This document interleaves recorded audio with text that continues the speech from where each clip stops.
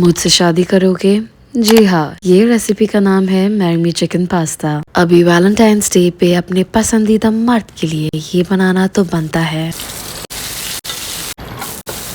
And अगर आप single हो then don't worry, this delicious pasta recipe is a great company because love is love, भले वो पसंदीदा मर्द के साथ हो, औरत के साथ हो या खुद के साथ।